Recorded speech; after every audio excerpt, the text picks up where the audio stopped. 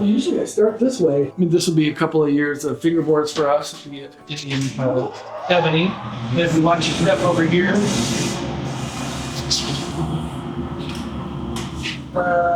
Wood shop. We have our Go Bar deck, gluing up M1 bodies, ukulele fixtures. I mean, I would say most people say that, hey, you guys have a really clean shop. But now that I look at it, we can organize a little bit more sometimes. These are cut on our laser, which I'll show you a little bit later, but parts and bits that are used to construct our wood body guitars. Various fixtures here and jigs. Yeah, these are our keeper molds for our sides and vacuum clamping for the tops. So how does that work? So we use, well, the top goes in and then the ring. And so with a vacuum pump, this all gets sealed and suctioned. And so basically you wait a half day for the glue to dry or overnight.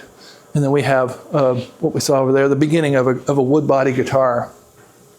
As a matter of fact, if you look at Taylor's Factory Tour Fridays from many years ago, we saw a new kind of way that some companies are bending sides. So the old way of bending sides would be dunk them in a bunch of water, put them on a heated pipe with propane, and that's a working way to do it. But these machines were custom built here using water jet, CNC, and some talent. And you know, this is an automated bender for the waste. So this caul heats up, and then slowly this piece cooks and forms a side. Then that gets flipped over and put into this caul.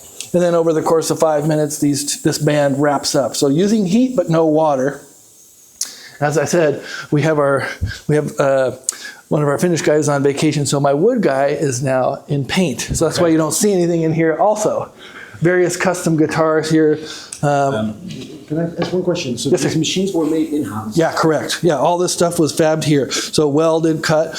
When we had a water jet cutting machine, you can see all these brackets were custom drawn here and made. So, I mean, the bulk of... You guys know how to work metal. That's for sure. Yeah. I mean, like with most shops, I mean, if you are tooling up to make an instrument, a lot of times you have to make the fixtures yourself. When was this produced? This has been in service for probably 12 to 15 years, I would guess. And how was it done in the old days? More conventional way with wood and water? Heat and water? Oh, yeah. So you would dunk it in, and we still have some for doing custom sides. I don't know where that is right now, but basically a bath. So you soak the wood in and then on a heated pipe. And you'll see that with a lot of low production handmade luthiers out there. They're physically bending guitar sides with heat and water. The problem with the water part is that the grain swells, the wood swells, so you end up with a side that has waves in it. Yeah, and so this is a much more consistent way to bend sides because you're not introducing moisture into it unnecessarily. So this is a 5-minute process? Yeah, but total probably 15, and then they get stored and for the wood stuff, and people really like it. It's lighter, a little bit warmer sounding, and when people say, hey, I really want to get a National, I ask them, how far do you want to go? You know, like if you're an acoustic guitar player, do you really want the full National experience being a metal body? To me, I mean, I worked in the metal shop for the first 10 years, so that's my first passion. Yes, first love. But, I mean, there are certain times when a wood body really works better.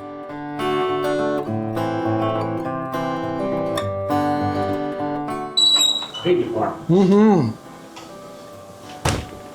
And we have a lot of long-term employees. Willie's been here for over a dozen years, and I think, you know, I have a giant respect for our finishing because it can be really head-scratching and difficult at times if you've ever finished a guitar. Yeah. But it's kind of a make or break thing. Yeah. These are really cool. I mean, if you're familiar with the late 1929, 30 Bakelite neck Trillions, we had a customer say, hey man, can you make one that's wood, look like it's one of those old Bakelite ones? So we've made a few of these like so. You should have been. Yeah. Again, that's mahogany. It's just painted to look like a replica old, Bakelite neck.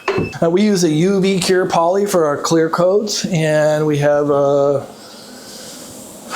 a robotic arm that's inside this room that cures the part. So with the ultraviolet light, the part is passed over by the arm, and after this would have clear coats. Of course, we can't look at it because it would be damaging to your eyes, and that's why we have this special room. This is a shear horn guitar, multiple process. So we stain it, we sand it back, we color it. It is not close to being done, but that's where we are.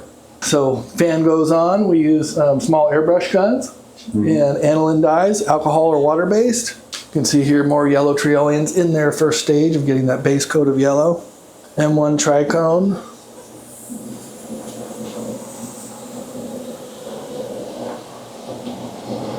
This machine's been in service for probably 18 years.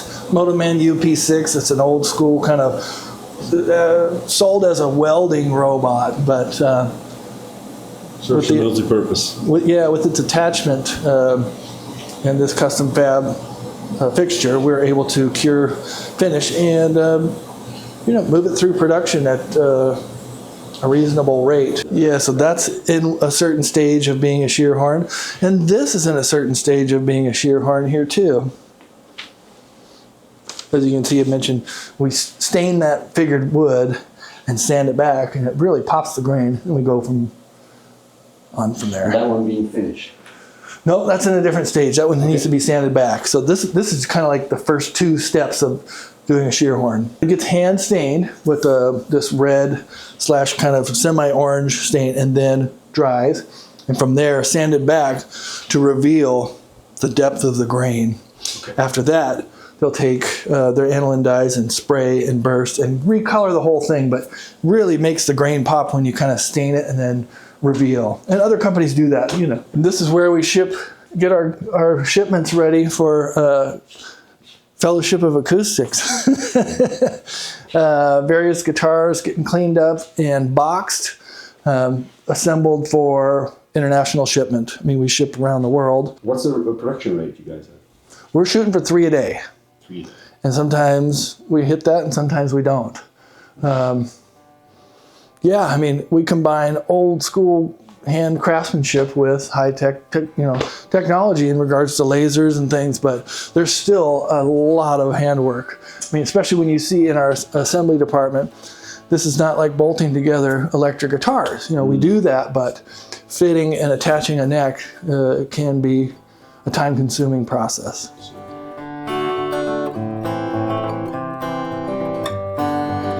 Okay, here we are in our metal shop with our beloved behemoth vintage machines. This is an old 80-ton flywheel press that you'll see our dies, but if you can imagine putting a forming or a punching die in this machine, and this giant flywheel turns, and we put our dies in, and this is how we smash parts. With 80 tons of pure force. This is a 50-ton hydraulic press. Ethan is working on a German Solar Style 014. This one's been soldered and it's getting sanded back. So I've done 500 and 800 on this seam. Got it all nice and shiny. We're gonna buff this one and then plate it. But then this is before I get to sanding and pit filling and all that kind of thing like that. So I'll take a torch and hot wipe this kind of jazz away all the way around. Amen. And then sand the whole top. And then I'll take like any kind of tiniest little imperfection in the soldering. We'll make sure that doesn't get past here, basically. So I'll just like take that, and I'll just add that in there. And then you see it sunk down. Oh, yeah. And then I'll buzz that off and that'll be all full. We take a top and then the side starts its life as a strip of material and then it turns into a hoop. From there, close everything in together, and then using our jeweler's torches, oxyacetylene, and silver bearing solder, we tack it up and set the correct pitch. And as you saw, solder the entire thing together, grind it back, and make it look pretty afterwards, because when they're first built, They don't look that way. Yeah, various sandblasters. This would be, this machine right here is basically used to do our etching for the Hawaiian scenes, for the palm tree design. This would be glass bead etching. So we put a vinyl sticker on there or template and then go over and etch the material. So that's where you see palm trees, clouds, the canoe, the whole nine. And this machine back here would be for prep for paint. So strip all the oils or, you know, any, I don't want to say imperfection, but anything that's on the material, we want that perfectly clean before paint. Buffing process.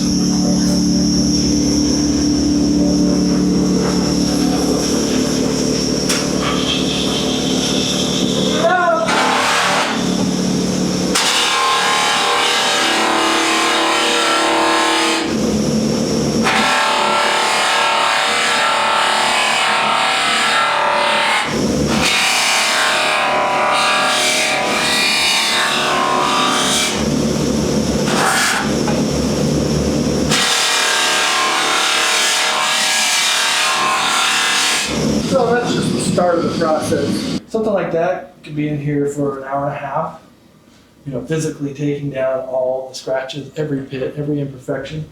As you guys see, you know, that this is what takes it from, you know, pre-polished to looking like a shiny mirror. Can you tell a little bit about the plating process? I am not a master at that, but I know that they go into various cleaning tanks before plating, and then you're charging the material. In the case of electroplating, charging the material negatively or positively, and then using anodes inside of a tank to quote unquote gather or attract the nickel. True to the original Nationals, we do nickel plating. So this is all of our various dies. Cover plates, of course not this one, but we, you know, bolt these into the giant 80-ton press and smash and form tail pieces, cover plate straps. This would be for a sib hole punch for style O cover plate.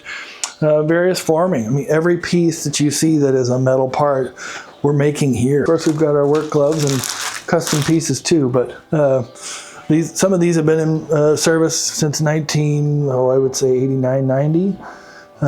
Some of these are newer. This would be for Shearhorn, probably done about 10 years ago.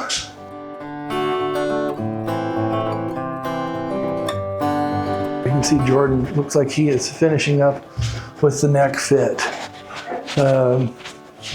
In this case, this is a custom M1 tricone.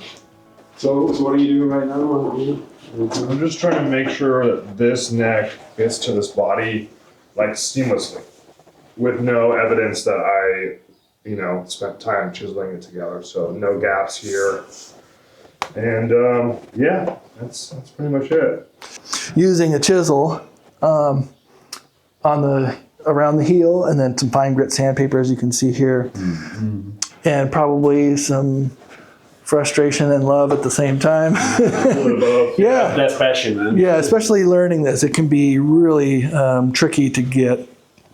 So I'd say probably 70% of the work that I do is just with that chisel. Is it consistent the way you get them, or is one really requiring more work than the other? Or is that hard to say?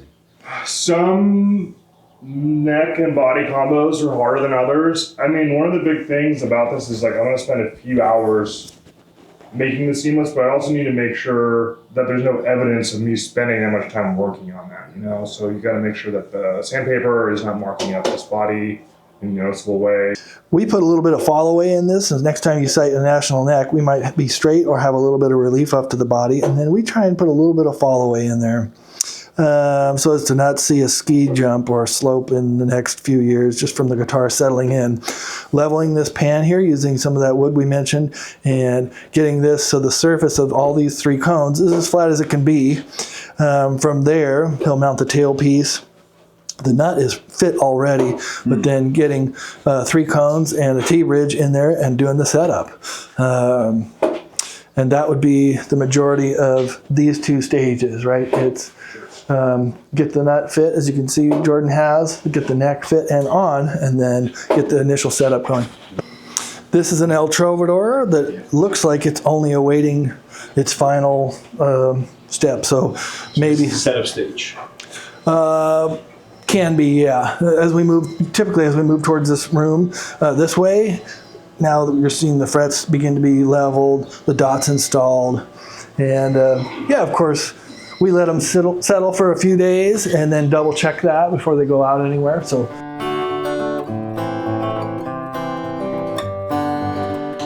So you get the bodies with the necks fitted.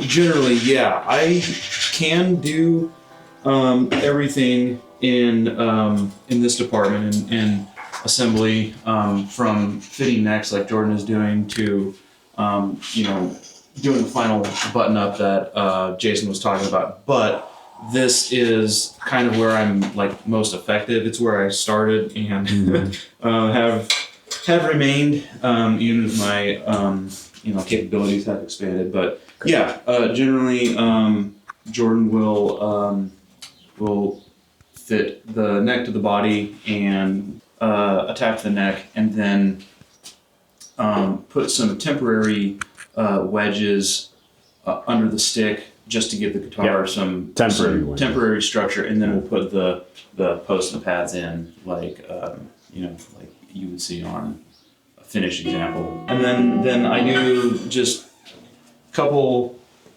things for internal structure, putting the tail block in at the end on the metal bodies. I drill a hole for the flap adjustment screw, put that in on tricones. I have to put some shims between the stick and the pan, just to keep it flat. On single cones, I'll grab a cone, which usually will already have a biscuit attached to it. That's just one of the little prep work jobs that if someone has a spare 10-15 minutes, they can just put biscuits on several cones, so they're just ready to go. A lot of just like little things that don't really, seem like much or seem very important, but it's like it all takes attention to detail. And that's what makes the guitar.